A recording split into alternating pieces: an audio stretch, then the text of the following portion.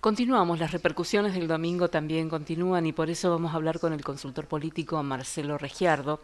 Es importante apreciar el fenómeno que ocurrió en las urnas el pasado fin de semana y por eso vamos a considerar algunos de los aspectos que están hablando del estado de nuestra democracia y no solo del posicionamiento de los partidos y la transición en este segmento de tiempo que estamos transitando. Marcelo Regiardo, buenas noches. Hola, buenas noches, ¿cómo estás, Analí? Muy bien, gracias por estar ahí, Marcelo.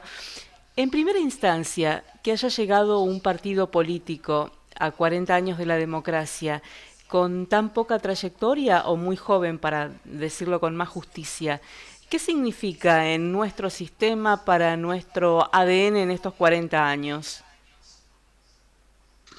Bueno, yo creo que es el dato de color acá, como vos bien marcabas, se trata de un outsider, digamos que han proliferado sobre todo a partir del post-COVID, ¿no es cierto? Tenemos el caso de Orbán en Hungría, un Trump en Estados Unidos, un Bolsonaro en Brasil, inclusive hubo outsiders como Bukele en El Salvador. Aún así, no son todos lo mismo, cada uno tiene su particularidad y lo que es claro en América Latina y en Argentina en particular es que se está dando una suerte de cambio de época, así una ruptura paradigmática. Nosotros tenemos una historia de unitarios y federales, centralistas y federalistas, porteños en el interior, peronismo, antiperonismo, radicalismo, antirradicalismo, kirchnerismo, antikirchnerismo. Siempre nos guiamos por esas antinomias. Y en este momento parece que la figura de este outsider ha roto con ese clivaje. Es una lucha cultural, por supuesto, y tenemos que encuadrarla en un contexto global, ¿no es cierto? Donde tenemos múltiples casos y donde, te digo, de 23 elecciones que ha habido en América Latina, solamente 3 oficialismos han renovado sus fueros. Han ganado 10, 12 partidos de, llamémosle, de centro izquierda y 9, 10 partidos de centro derecha. En este caso lo que se da es una nueva coalición, ¿no es cierto? En donde un nuevo tipo de liderazgo surgido de Twitter y del panelismo de mediático, básicamente, pasa a conducir los destinos del país desde el próximo 10 de diciembre. Lo que quiero señalar acá, que es un dato a tener en cuenta en los futuros escenarios, es que no es lo mismo ganar una elección que gobernar un país. Entonces se abre como una suerte de caja de Pandora para todos los analistas e investigadores en ciencias sociales. Vamos entonces a retomar algo que decías recién, para después volver a esto de gobernar y cómo hacerlo. Pero en esto de antinomias argentinas, Milei ha reivindicado en las últimas semanas, fue incluso en las últimas 2 semanas de campaña, la figura de Justo José de Urquiza, en contraposición a Rosas. Lo escuché 2 o 3 veces incluso hacerlo. Esto para el interior del país tiene también una significación. ¿Quiere decir algo en relación al posicionamiento con las provincias hacia el interior del país? Entiendo que sí. Entiendo que, bueno, ten en cuenta que Milei ha ajustado su campaña, la dinámica de su campaña, su discurso a los tiempos políticos que iban en cada una. O sea, no fue lo mismo el Milei pre-elecciones PASO que el Milei que superó la PASO y ganó la primera vuelta. Él lo ha ido adaptando y el hecho es que Milei es un candidato que no solamente trasvasó el voto a nivel clases sociales, robándole inclusive esa bandera al peronismo, esa bandera histórica, porque si uno mira el mapa en las seccionales donde ganó en provincia de Buenos Aires, como en todo el interior del país, vemos que hay votos de clase baja, media, media baja y también alta. Pero si lo miramos geográficamente, vas a observar que Milei arrasó en todo el país, excepto en el feudo de Formosa, Santiago del Estero y por menos de 150.000 votos en la provincia de Buenos Aires. O sea, te está hablando de que hay una apertura. Una parte, si no es tributario, va a ser, me parece a mí, demandante es el cordobesismo, o sea, el peronismo cordobés coadyuvó al triunfo determinante en la provincia de Córdoba. Pensá que superó el mismo porcentaje que Macri en su momento, sacó el 74%. Así es. Y Santa Fe, de alguna manera, venía ya rumbeada en esta situación que tiene que ver con hablar de ser más opositor también que oficialista. Esos votos que fueron a Puyaro prácticamente tienen un mismo correlato para esta elección. Cuando la oposición no se divide, es decir, estos datos se vuelven a confirmar. Exacto. En el caso de Santa Fe se ratifica, se confirman los datos. Vos fíjate que a pesar de que una parte de esa pan concertación de partidos que llevó a apoyar a la gobernación, el socialismo popular expresa su apoyo a Unión por la Patria, no hizo mella. De hecho, me sacó más de 500.000 votos en la provincia. Yo creo que esto tenemos que verlo en un contexto donde hay un recambio generacional, hay una circulación de élites. O sea, asistimos a un escenario donde tenemos una playa de gobernadores, de legisladores que han nacido en democracia, es decir, han nacido en los últimos 40 años. O sea, no conocen los vicios, las mañas pre-años 70. Yo me acuerdo acá, me viene a la cabeza aquella pregunta que hacían: ¿por qué el pueblo de Israel demoró 40 años girando en círculos antes de llegar a la tierra prometida? Y la respuesta no es que no tenían recursos o no tenían GPS. La respuesta es que no iba a llegar a la tierra prometida nadie nacido bajo el yugo del faraón.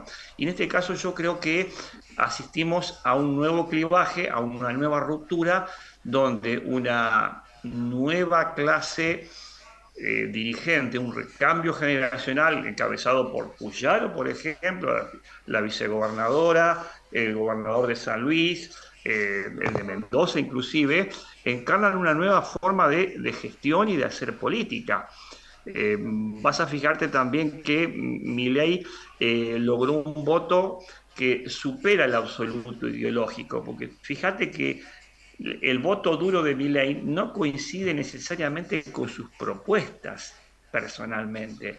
O sea, acá es como que la sociedad ha votado para sacarse de encima a cierta casta, a cierta clase dirigente. Y ahora viene otra etapa, que es la de la gestión, la de la negociación, y donde va a haber, obviamente, nuevos reposicionamientos. Hablemos de eso. ¿Cómo va a ser ese reposicionamiento? ¿Los partidos entran en crisis necesariamente? Los partidos políticos vienen en crisis de hace unos 25 o 30 años aproximadamente. O sea, en cuanto a sistemas de mediación entre el Estado y la sociedad, tuvieron una crisis muy fuerte en el 2000-2001. Fue superada ligeramente durante la primera etapa de Kirchner, pero hoy están en una crisis terminal. Fíjate que hoy el ciudadano no se maneja como un ganado, donde lo arreamos y va a votar a quien dice el líder. Eso no ocurrió. Y si no, fíjate en los principales líderes y dirigentes en la última campaña, que hacían campaña contra Milei, pero las bases, los afiliados, no fueron orgánicos en este caso. Tampoco ocurrió en las PASO, donde, qué sé yo, fíjate, llegó María Eugenia Vidal, el gobernador de Jujuy, decía: Lustó, no vamos a votar a Ulrich, y ella le dijo: son 3 votos. Fíjate a qué nivel hemos llegado, donde la sociedad ha pasado del voto clientelar al voto de intercambio. O sea, la ciudadanía ya no es presa fácil de un voto o de un líder, no lo sigue ciegamente. Y fíjate también otro detalle: ha habido clivajes entre el que votó en la PASO, el que votó en la primera vuelta y el que votó en la segunda vuelta, donde, siguiendo lo que es la tradición del balotage francés, votó estratégico, que ese creo que es el talón de Aquiles del peronismo. O sea, es un partido fuerte, una minoría fuerte, pero que cuando tiene que ir a un balotage tiene un piso alto, pero un techo muy bajo, y no ha logrado ganar ningún balotage. Y pensemos un poco que para gobernar se necesita un Congreso que vote las leyes que manda el presidente si es que quiere justamente anclar su gobernabilidad en el respaldo que da el proceso legislativo vigente. Entonces vamos a la composición del Congreso, la Cámara de Diputados. Quedan muy bien Ujú. consolidados los bloques a partir de esta situación en números. El oficialismo alrededor de eh, 70 votos, 79 votos, entiendo aquí sumando un poco lo que significa. La Libertad Avanza con algunos aliados del PRO, el peronismo en Ujú. Juntos por el Cambio y Republicanos Unidos. Y por otra parte tenemos a la oposición, que sería Unión por la Patria, en 111 votos. En el medio hay otros referentes de la Unión Cívica Radical, de la Coalición Cívica. Estoy contabilizando aquí a los diputados de Córdoba, por ejemplo, y hacen entonces en total aquellos que pueden ser amigables o no de acuerdo a lo que necesite el Ejecutivo, con 111 Unión por la Patria y 146 disponibles para lograr acercar alianzas, con el quórum necesario en 129. ¿Cómo va a ser eso? ¿Lo ven al gobierno con probabilidades? ¿Va a haber un nexo que pueda funcionar quizás dentro de estos nuevos aliados que consigue la Libertad Avanza? Bueno, ahí viene el gran problemita. O sea, cuando vos me das todos estos números con tanta precisión, a mí me viene a la cabeza el escenario Perú. ¿Entendés? Un parlamento, un congreso que es una diáspora altamente fragmentada. La diferencia es que acá el sistema de partidos es un poco más sólido que en Perú, bastante más sólido. El agravante es que la situación macroeconómica nuestra no es ni utópica ni distópica, es directamente un estado de entropía, es un desastre total. Ese es el agravante. Volviendo al principio, que te decía, no es lo mismo ganar elecciones que gestionar, que gobernar un país. Milei acá va a tener que hacer un aprendizaje acelerado en los primeros 100 días de gobierno. Creo que ha aprendido bastante. Aprendió de Macri que no tiene que hacer promesas inflacionarias, como por ejemplo Macri dijo en su momento, mi legado quiero que sea pobreza cero. Fue ambicioso y eso le costó caro. También aprendió de Alberto Fernández, por ejemplo, el tema de los tiempos. Mi responsabilidad empieza el 10 de diciembre, no hoy ni mañana, como le propuso en un reencuadre, en un frame, Massa cuando admite la derrota. Es decir, en ese sentido, Milei está haciendo un aprendizaje por ensayo y error.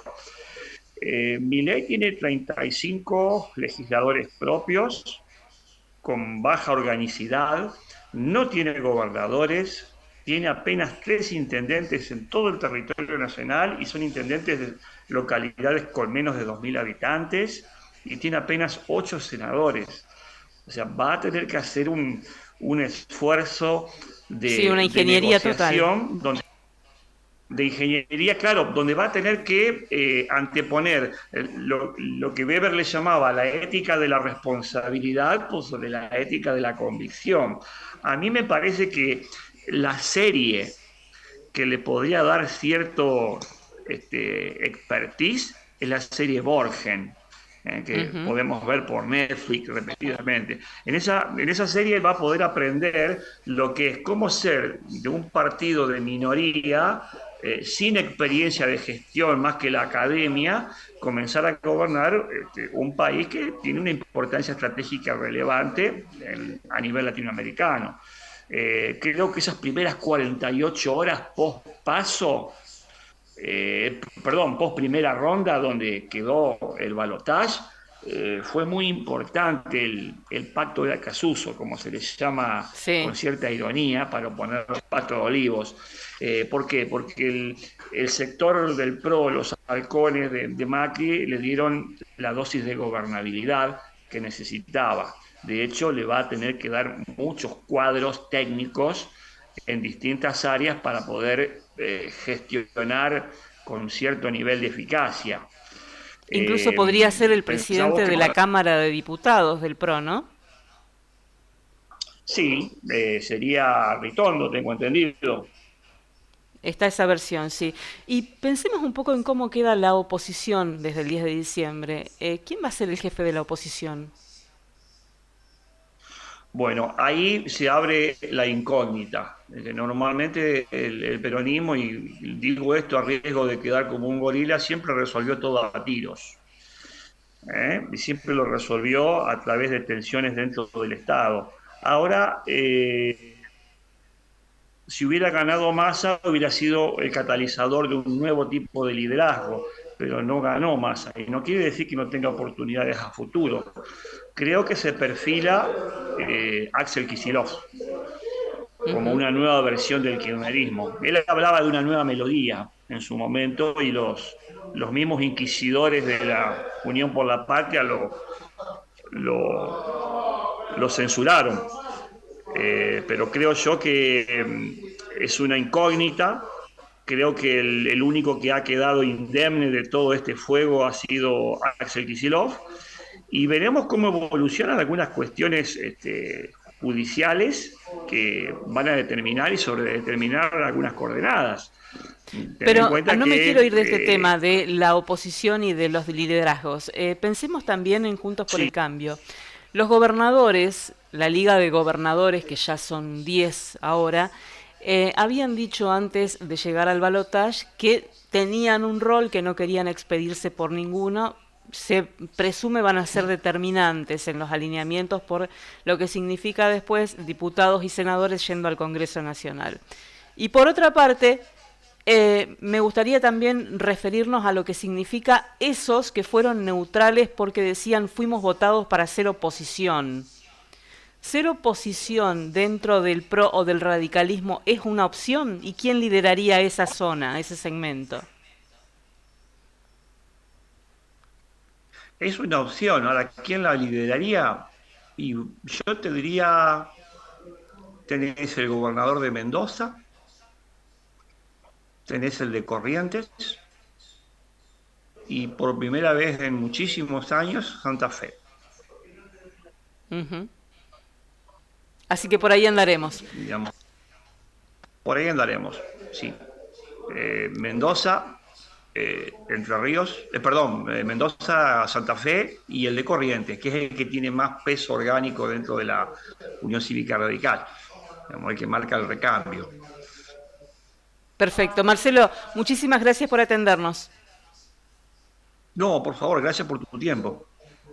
Muy buenas noches. Marcelo Regiardo con el aporte entonces de lo que es este posicionamiento nuevo, evidentemente todo reconfigurándose como decíamos, lo apreciaba en su justa magnitud, considerando que los partidos políticos han entrado también en una especie de diálogo interno a partir de ahora, algunos con más facilidad de acuerdo al tenor de sus referentes, otros quizás con más dificultad, van a tener que entrar en estado de análisis de lo que ha ocurrido para saber cómo posicionarse. El tiempo corre rápido, el 10 de diciembre asume el próximo gobierno, también lo parlamentario será decisivo, entendiendo este escenario de fragmentación.